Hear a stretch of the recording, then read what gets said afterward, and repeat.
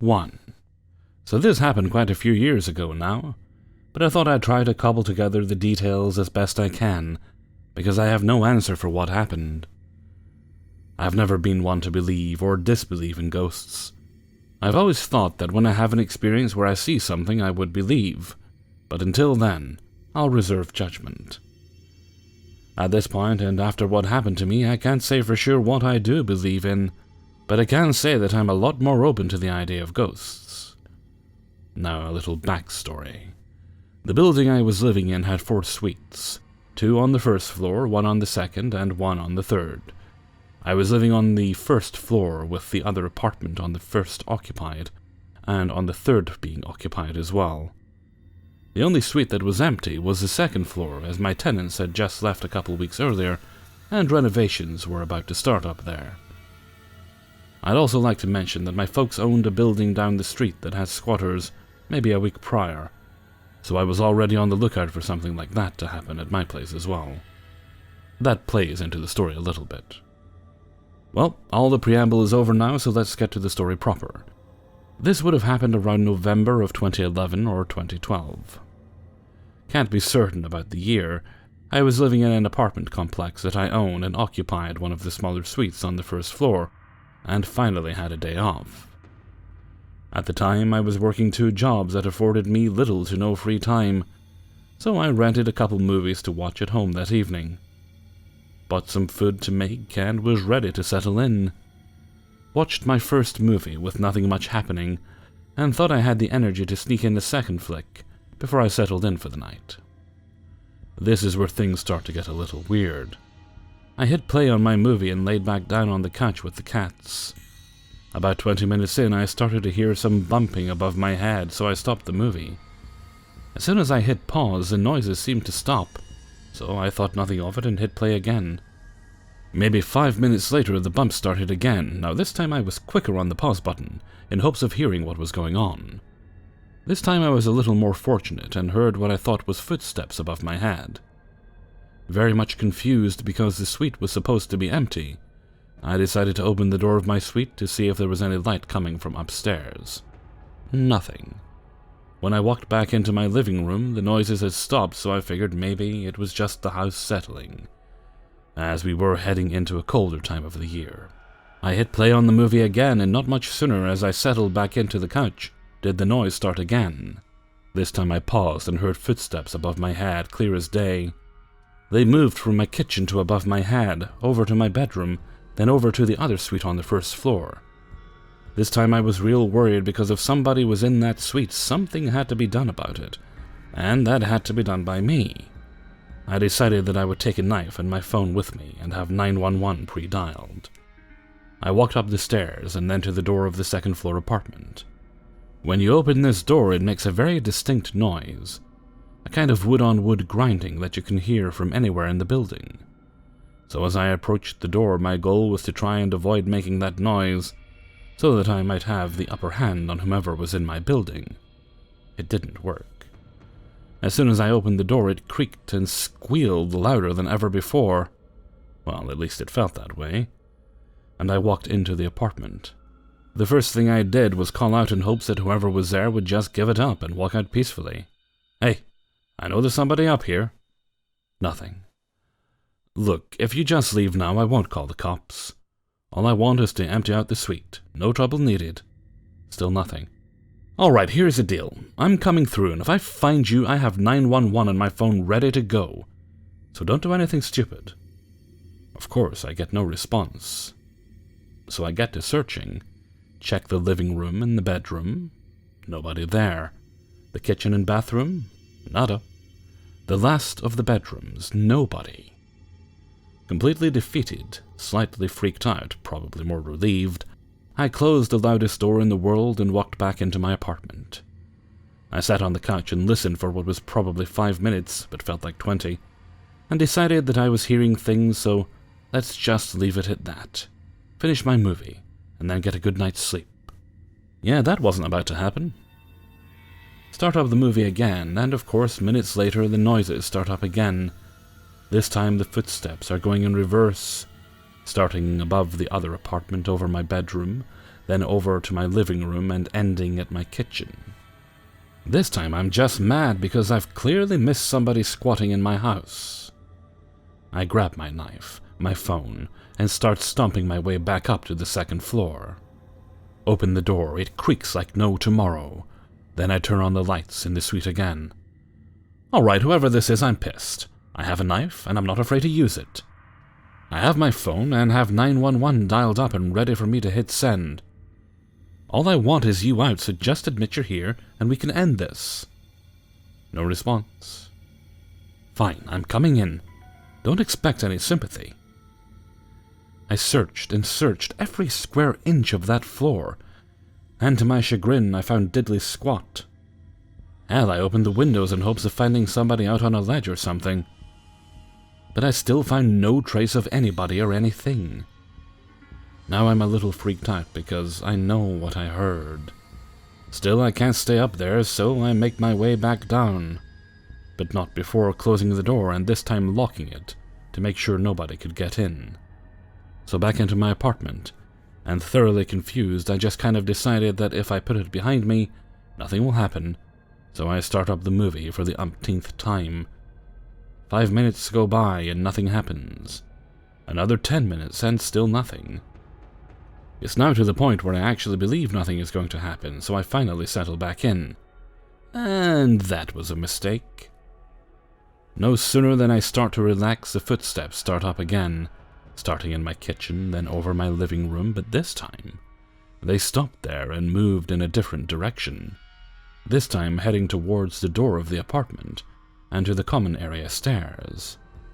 Suddenly the pounding of the feet are on the stairs, but I didn't hear the door open. The loudest door in the universe somehow didn't make a peep opening or closing. Now I'm freaked out. I slowly and as quietly as possible move over to my door to make sure it's locked, and started to listen with my ear to the door. The steps were now just outside my door and heading towards the door that goes outside. I thought for just a moment maybe this guy had decided that he wanted to leave me be and go away. Instead, they just continued, but this time down into the basement. It was at this point that I was both sweating buckets but cold as ice. What was happening just didn't seem to be possible. But I knew one thing. If there was somebody in the building, they had just cornered themselves down in the basement. That was essentially just an empty square with nowhere to hide, besides maybe behind the washing machine. So because A, I'm dumb, and B, because I actually have to be the responsible landlord and do my job, I need to grit my teeth and make one last attempt to figure out just what the hell is going on. So I open my door to an empty pitch-black common area and make my way down to the basement. And yes, in hindsight, that is the cliché horror movie move. The first thing I noticed was that the basement was completely dark, no light on, which was both confusing and absolutely terrifying. So in one last-ditch attempt, I called down the stairs to whomever was down there to just please end this, and head out this door and call it a night. Of course, there was no answer, and I resigned myself to having to go down and investigate. Once I got there, it was obvious there was nobody there. It's an unfinished basement with only a washer and dryer and not much else besides pipes. So after the most pointless investigation, I run back upstairs as fast as I can, slam and lock my door and just stand there, bewildered. I can do nothing. I have spent the bulk of my evening chasing down somebody that doesn't exist. Then the footsteps started again, and I was ready. I stood at my door and waited. I heard the steps passing by my door, and towards the stairs that led back up the second-floor suite. Now, I've lived there long enough to know that there are 15 steps before you get to a landing, and out of sight of the door of my suite. So my plan was to wait until they were halfway up the stairs and catch whoever was in my house. First step, second step, third and fourth. I start sweating and my heart is racing. Fifth step. I can't believe what has happened to my night. Sixth step. One more and I can put to rest what has happened. Seventh step. I powered through my door and hit the light switch beside the door for the common area, and to my bewilderment the steps were completely barren. There was nobody there. The light upstairs and down were off, and I was just standing in my doorframe, basically unable to move. Pins and needles running down my back and legs as I stare into nothing. After a minute, my brain seemed to finally catch up to my body, or vice versa. Couldn't tell you which wasn't functioning at this point, and I panic. I spin around and slam my door, lock it, and run as fast as a human can to my bed. I went full-on 5-year-old mode, head under the blanket and terrified. My cats are now sleeping on the bed with me, as they always do, and I just sit there in the silence of my house, alone with just my thoughts. I just sat there, trying to process what just happened. Then the footsteps started up again. They moved one step at a time down the stairs this time, and onto the landing on the first floor. As they approached my door, they just stopped. The steps just stopped at my door, and there was nothing I could do about it. I sat in my bed waiting for something, anything, to happen. It was excruciating. Then the loudest knock at my door, and I just sat there stunned, unable to move and sweating like I'd just run a marathon. I don't know why I did what I did next, but I needed to open my door. It made no sense, but my door needed to be opened. So I put on my housecoat and walked over to the door, maybe 15 paces away from where I was laying down. Handshaking, I unlocked the handle and slowly turned the knob and swung open the door to see nobody. Not a soul was standing at the door. No more noises, no more lights on, and no more second-floor door opening that night. Nothing. I closed the door and got back into bed and just sat there for ages waiting for what was going to happen next. But that was it. I never heard another footstep that night, or any other night after that. Over the next couple of days, I told the story to my mom and dad. My mom was terrified, as she would be for her son. My dad decided to do some research into the house, and it turned out there was a history in the home. First, in the 80s, there was a fire on the second floor that killed 3 people, and then again in the 90s, there were 2 more deaths. Apparently, a husband came home early to find his wife and another man in their bed. He stabbed them both to death. I also feel it's important to include that after that night, I asked the other tenants about that night, and it turned out both had been out of town. One just outside of the city limits, and the other was in a completely different province. And there you have it. Hands down my weirdest and most terrifying story, involving something possibly paranormal. I don't know that I believe in ghosts, as I've never seen a ghost. But I sure as hell have experienced whatever this was.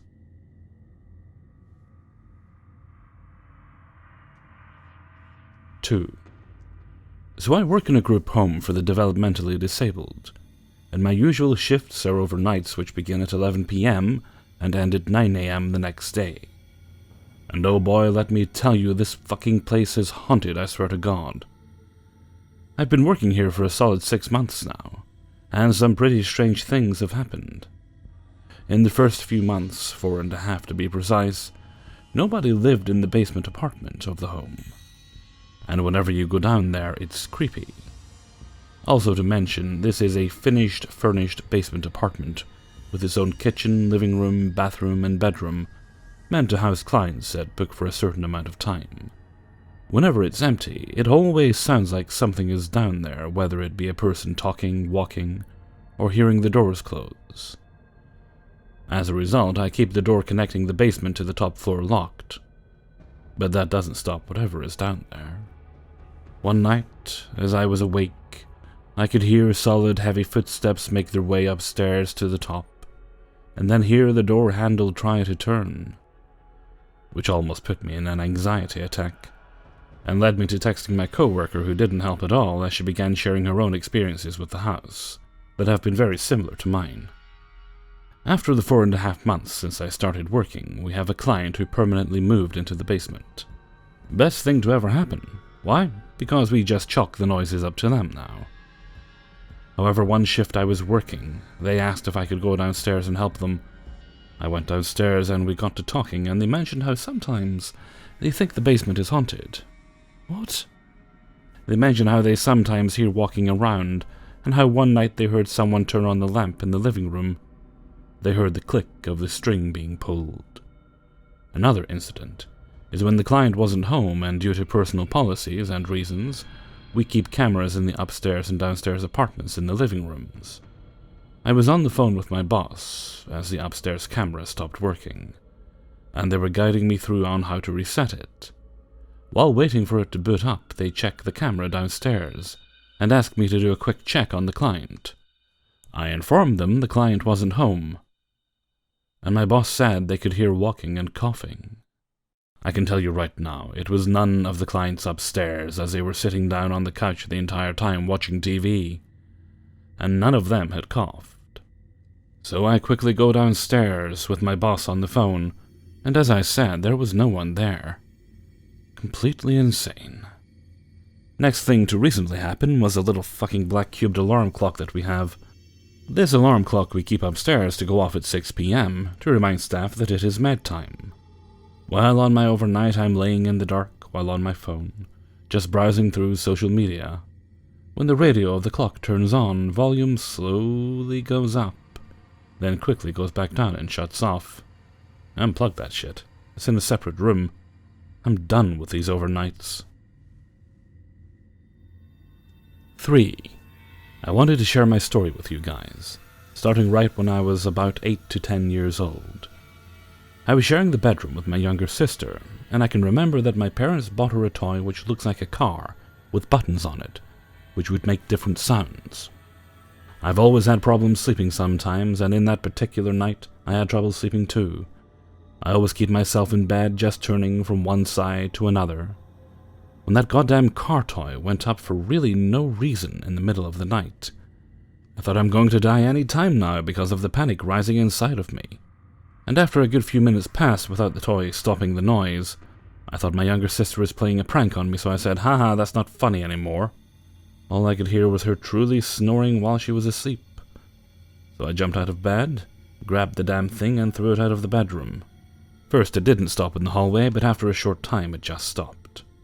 A night I still remember like it happened now. A few years passed. I need to say that I'm living with my parents and 2 sisters in a really high house. One part I only used privately, and the other side of the house is the family's bakery, which my dad took over from my grandfather. So I was sitting with a good friend in my room, which I still shared at that point with my sister, and we became crazy for the idea to use a Ouija board.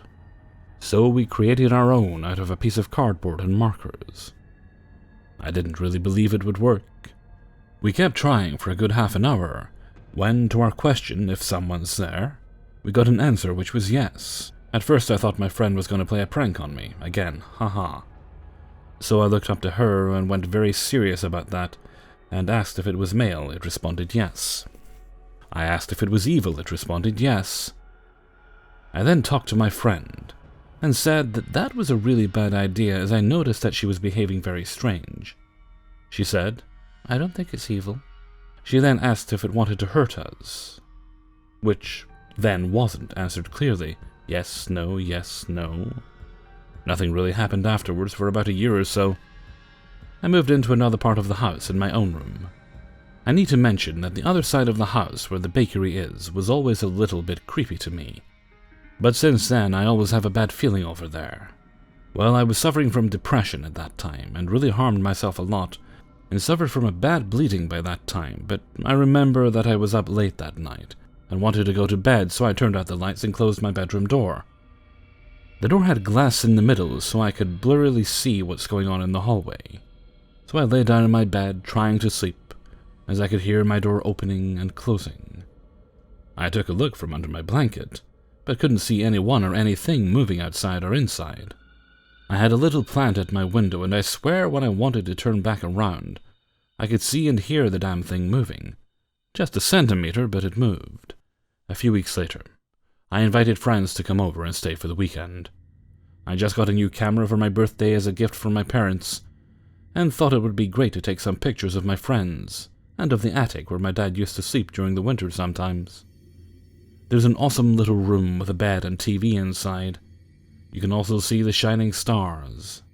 But to get there, you need to go through the creepy attic part, which is full of family stuff. Old beds, toys, cupboards, and a really old train track, with a little train from my father's childhood. So we went up there just to have fun, check out my dad's old toys, which we did. We just wanted to enter the room where my dad used to sleep all the time. When the goddamn train goes on and scares us nearly to death. Seriously. At that time I held my camera and pressed by accident the photo button. We, all 4 of us, ran as fast as possible down the attic stairs, where I took some more pictures by accident. When we were back in my room, I checked the pictures, and I swear there was more than one white shadow on these pictures. There was a train and 2 white shadows, and the pictures from the stairs with my hands on it had like a head-shaped thing to it. Sad thing that I threw the camera away a few years ago. I still sometimes experience things like that in our house, even as I move 200 kilometers away from where I had such experiences. 4. I'll start off by saying that I'm a pretty skeptical person. I think that paranormal beings probably exist, but I also think that 9 times out of 10 stories are either made up or can be explained by other rational factors. That being said, I recently had an experience that I absolutely can't explain. I mentioned 2 of my friends, but changed their names for privacy reasons. I'm a senior in college now, and this happened during the May of my junior year, about 5 months ago. I remember it being a really nice warm night. So a couple friends and I got into my car and decided to go out to a field to stargaze. I go to college in Oklahoma, so rural areas aren't very far. Since my friend Abby and I are both smallish women, we decided to take along her boyfriend Jonathan with us, just to be on the safe side. Like, I'm not trying to get murked by a serial killer. We drove along some roads off of the interstate until we finally hit an area where you could see the stars really well, away from the light pollution of the nearest city. Everything seemed fine, and Abby had been out here before so she could direct me on how to get back to the interstate. At this point, we were naturally on guard because it was nighttime, but nothing seemed particularly dangerous or off. I don't know what it was. I turned onto a random dirt road and instantly was just overwhelmed by terror. My hands were even shaking on the steering wheel. Something was in the air. I've never experienced anything like it before, except to describe that it was almost a tangible miasma of fear. That sounds dramatic, but I can't think of a better way to put it. Abby and Jonathan instantly felt it too, and I remember all of us just looking at each other like something is deeply wrong here. I asked if they wanted me to turn the car around, but we all chalked it up to paranoia and kept going. Yeah, so it wasn't paranoia. After driving on the road for about 20 seconds, I saw something in the headlights and slammed on the brakes. It was a coyote, which wasn't too unusual in and of itself. But guys, this coyote was standing on its hind legs directly in the middle of the road. Coyotes literally can't do that for longer than a second or 2. And this one stood there for like 30 seconds straight. It was standing up like a human. That wasn't even the worst part. As soon as we all saw it, we had a collective what the hell moment. The thing slowly turned its head to look directly at my car. So here we are, in the middle of nowhere in Oklahoma, scared shitless by whatever atmosphere this place has. And a fucking coyote is standing on its hind legs in the middle of the road, and staring at us. And then it took a couple steps forward. I swear I've never sensed anything more evil in my life than whatever was radiating off of that creature. I remember its eyes almost seeming like voids. They didn't reflect in the headlights, and were pitch black. That part I may not be remembering correctly, but Abby and I talked about it later, and she saw the same thing. Whatever this thing was, it wasn't an ordinary animal, and it wanted us dead. We all felt it. Thankfully, I snapped out of it pretty quickly, and did the fastest 3-point turn of my life while Abby and Jonathan were screaming at me to get out of there. We were all just shaken to the core. The creature ran after our car for probably a few hundred yards. But finally, we took enough turns to shake it off. None of us said a word on our way home. except Abby telling me how to get back to the interstate and to their apartment. We were just way too panicked. Later, the next day, we finally met up again to talk about what we had seen, and to make sure that we weren't going insane. I've never been more terrified in my life. So, long story short, I've been sitting on this story for a while now, and didn't really know who to go to ask about what this could have been. A friend of mine in a tribe near here said that it may have been a skinwalker, but she told me not to share the story until it's fall or winter time, when the spirits are sleeping. I wanted to respect her wishes, and I figured the weather has gotten cold enough to finally share my story, so here I am. I haven't done much research on skinwalkers, and I don't really have any way of knowing if I saw one of those or something else. Does anyone know of any paranormal creature or cryptid that I could have seen? This isn't really my area of expertise, so I thought I would write this post and share my experience, in the hopes that someone could help me figure this out. Thanks so much in advance, and everybody have a good day. 5. My granddad died in December 2007. It was unexpected, and it caused a lot of hurt in my family as he was such a lovely man. Very funny, and kind in every way possible.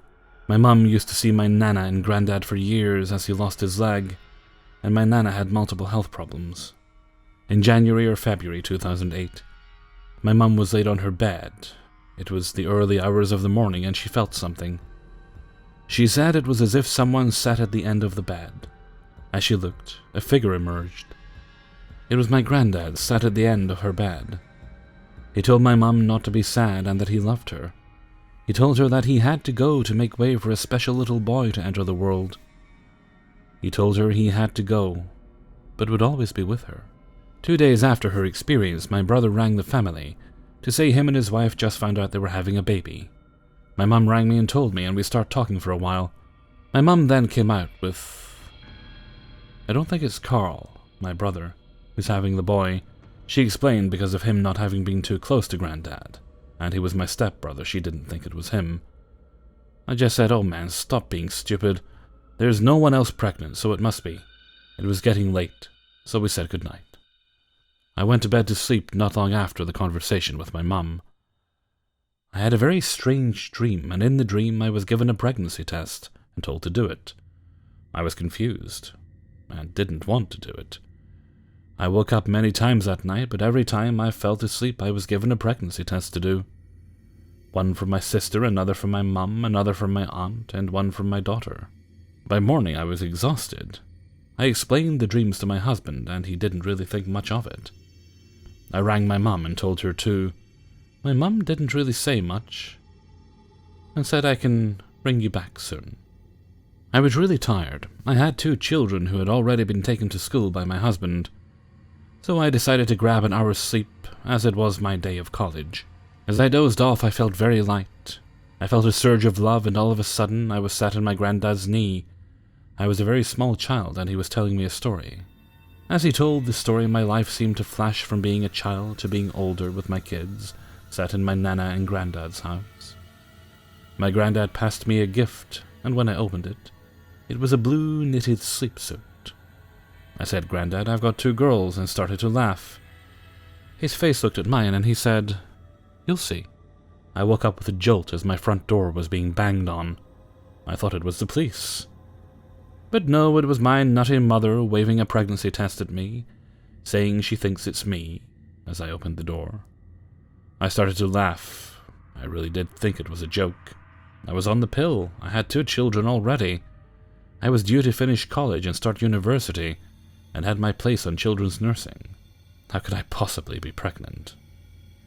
So, to shut my mum up, I did the test. While we was waiting, I told her about my dream. She's got a big grin on her face, saying it's you, I know it's you. I'm like, "Oh, shut up, mother." I didn't want to look, I had butterflies. I didn't think it could possibly be true. But it was. The test said I was pregnant. My God, I didn't know whether to laugh or cry. Then I've got my mum stood there saying she told me so.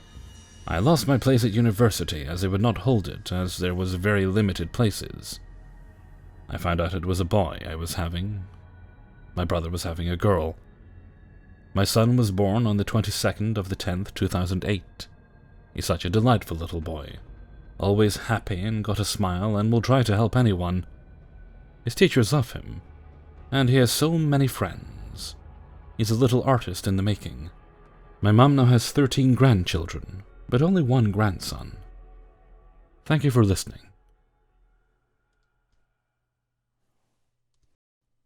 Hey everybody, Hellfreezer here, and thank you very much for listening to 5 True Paranormal Stories, episode 162. And thank you very much to everybody who allowed me to use their stories in this video. Well, I think I'm finally starting to get back into my groove. I.e., if I tell myself, okay, you want to be done recording such and such a thing by a certain time, you get it done instead of 2 or 3 hours later. Don't want to jinx it, but I think I'm finally starting to get back on track. Okay, in regard to weekend streams, kind of up in the air at the moment. I may stream, I may not this weekend. There is a little thing I'm working on. Want to get a jump on next week's glitch video as well. It's about time for another one. And that will actually, let me think, that'll actually go up in the same day as the Halloween video, so you'll actually get double videos that day. So, but as usual, I will try and let you folks know a couple hours before I do it. Okay, and with that I'm going to head off for now. So until next time, thank you very much for listening, and take very good care of yourselves.